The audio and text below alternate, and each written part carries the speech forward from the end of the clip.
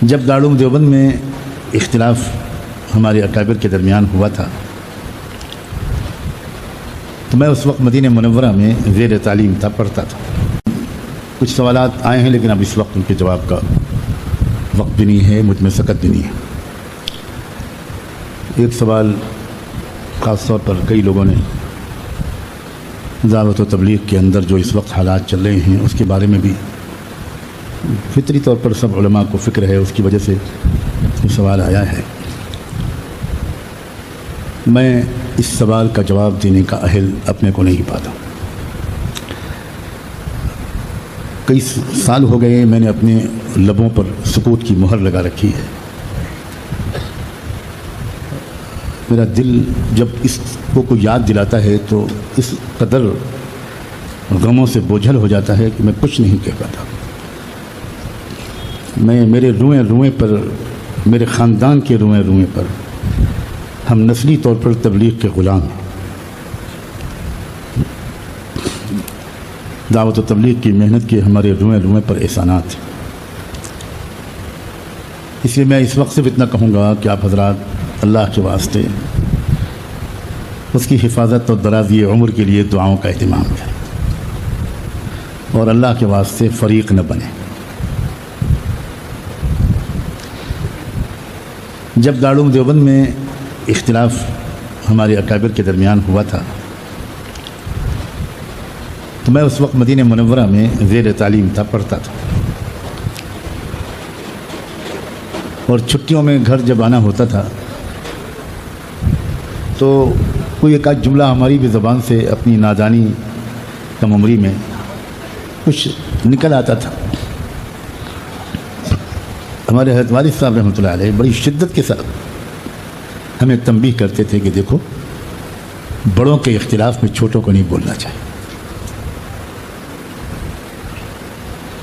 یہ بڑوں کا اختلاف ہے، بڑے آپس میں خود طے کریں، چھوٹوں کو کسی بھی فریق کے حامی اور مخالف نہیں بننا چاہیے۔ ہم نے یہی سیکھا ہے۔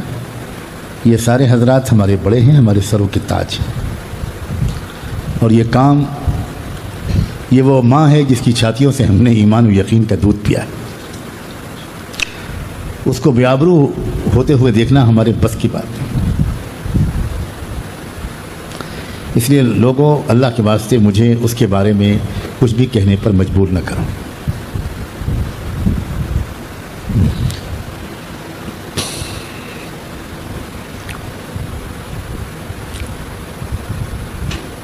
بس مجھے ایک بات کا بہت احساس ہے، خدا کرے یہ احساس غلط ہو، کہ آپس میں باتوں کی حد تک ہم بہت فکر مند ہیں، لیکن کیا کسی نے اس مسئلے کو لے کر کوئی ایک دن روزہ رکھا،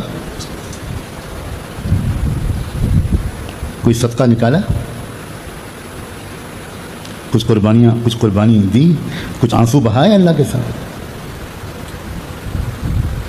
اس کا مطلب یہ ہوا کہ ہمارا غم حقیقی نہیں ہے، مصنوعی ہے، اور ہمیں اختلافی باتیں کرنے میں مزہ آتا ہے، مزہ آتا ہے۔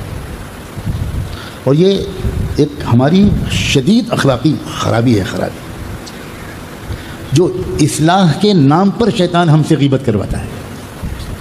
بدگمانیاں، الزام تراشیاں، بات کا بتنگڑ۔ شیطان ہم سے زنا تو نہیں کروا پاتا، شیطان ہم سے تاش نہیں کھلوا پاتا، شیطان ہم سے شراب نہیں پلوا پاتا، لیکن شیطان مومن کی بے حرمتی ہم سے صبح و شام دین کے نام پر کرواتا ہے۔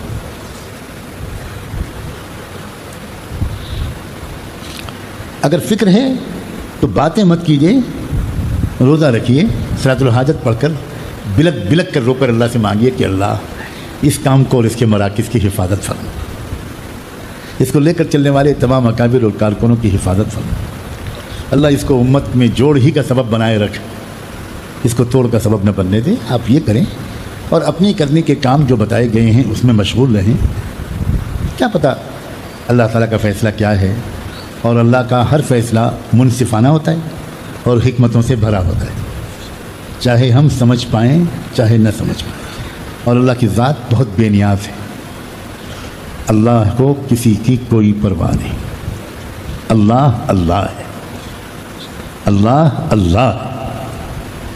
ہمیں اپنی فکر کرنی چاہیے۔ اپنی فکر کریں ہمارا کیا ہوگا. ہم نجات کے مستحق ہیں اگر ابھی موت آ جائے تو.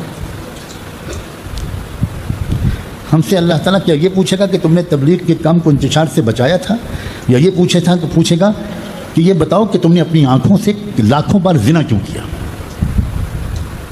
تم نے کیوں جھوٹ بولے, تم نے کیوں غفلت اور ناسیت میں وقت گزارا. اس لیے بھائی یہ کسی اور بڑے سے پوچھیے, میں اس کے جواب دینے کا اہل نہیں ہوں. اسی لیے میں نے مستقل طور پر سکوت اختیار کر رکھا ہے. لوگوں نے میرے ساتھ زیادتی کی کہ پچھلے سالوں کے کچھ بیانات ان کے درمیان کے کلپس نکال کر, آگے پیچھے کی ساری بات کو بالکل نکال کر, درمیان کے کلپس نکال کر اور یوٹیوب پہ ڈال دیے کہ تبلیغ کے اختلاف کے بارے میں, مرکز نظام الدین کے بارے میں مولانا سجاد نعمانی کے خیالات. میں نے آج تک اس بارے میں کوئی اظہار خیال نہیں کیا, نہ میں اس کا اہل.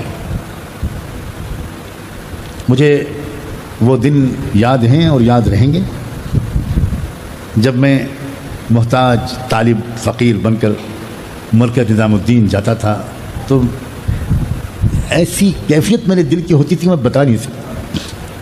میرا دل چاہتا تھا کہ میں دلی اسٹیشن پر جو اتروں تو چپل جوتے پہن کے نہ اتروں, میرے محبوب کا شہر ہے. اور اس کے بعد جب مرکز نظام الدین کے قریب والی سڑک پر بس سے اترتا تھا تو بارہا ایسا ہوا کہ میں کسی نہ کسی بہانے سے چپل جوتے اتار کر جھولے میں رکھ لیتا تھا کہ میں اس سڑک پر جس پر حضرت مولانا الیاس چلے میں جوتے پہن کے نہیں چل سکتا. اور جب میں بنگلے والی مسجد کی سیڑھیوں پہ چڑھتا تھا تو اکثر میری آنکھوں سے آنسو جاری ہوتے تھے. اور جس وقت میں اپنے محبوب شیخ اور امیر وہ عجیب و غریب ہستی حضرت جی مولانا انعام الحسن صاحب رحمۃ اللہ علیہ, ان کے منور چہرے کو دیکھتا تھا تو اکثر پھوٹ پھوٹ کے رو پڑتا.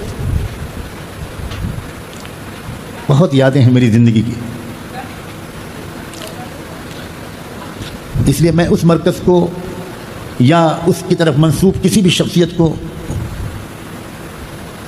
بالکل اپنا محسن سمجھتا ہوں اور کوئی فرق ان کے درمیان کرنے کو تیار نہیں ہوں.